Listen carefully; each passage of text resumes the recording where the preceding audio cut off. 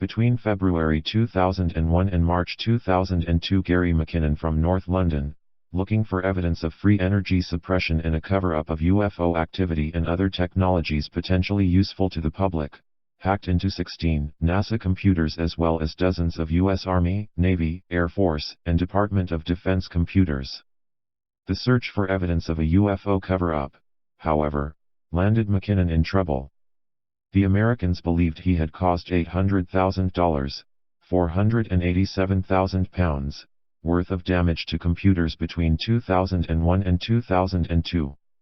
On October 16, 2012, after a series of legal proceedings in Britain, Home Secretary Theresa May withdrew her extradition order to have him brought to the United States.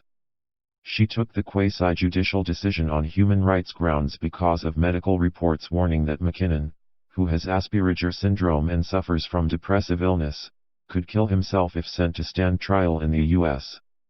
On December 14, 2012, the Director of Public Prosecutions, Keir Starmer, announced that McKinnon would not be prosecuted in the United Kingdom because of the difficulties involved in bringing a case against him when the evidence was in the United States. McKinnon is accused of committing the biggest military computer hack of all time, and if he had been convicted in U.S., could have faced up to 70 years in prison and up to $2 million in fines. But what did McKinnon find? McKinnon had heard that information about the existence of extraterrestrial visits was being hidden from the public, and that pictures from space were being altered at NASA's Johnson Space Center. UFOs were allegedly being taken out of pictures. When he hacked into Johnson's systems, he found a high-definition picture of a large cigar-shaped object hovering over the northern hemisphere. When he hacked into the systems of U.S. Space Command, he found a log that listed non-terrestrial officers, which he believed was evidence that the U.S. military has a secret battalion in space. Some of these logs were ship-to-ship transfers. The USSS LeMay and the USSS Hillenkoetter were the names he saw on the transfer logs. USSS stands for United States Spaceship. He said, "I found a list of officers' names, under the heading non-terrestrial officers. It doesn't mean little green men. What I think it means is not Earth-based. I found a list of fleet-to-fleet transfers, and a list of ship names. I looked them up. They weren't U.S. Navy ships. What I saw made me believe they have some kind of spaceship, off-planet."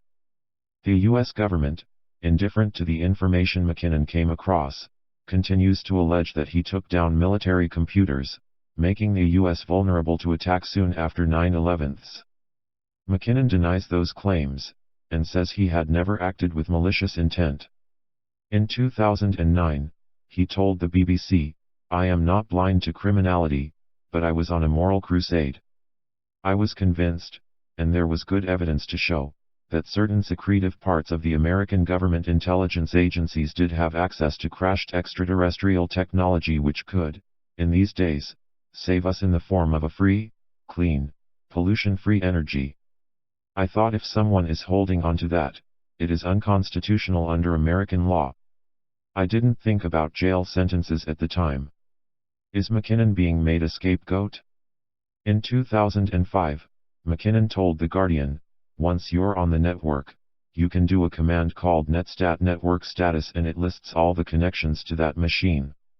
There were hackers from Denmark, Italy, Germany, Turkey, Thailand, every night for the entire 5 to 7 years I was doing this.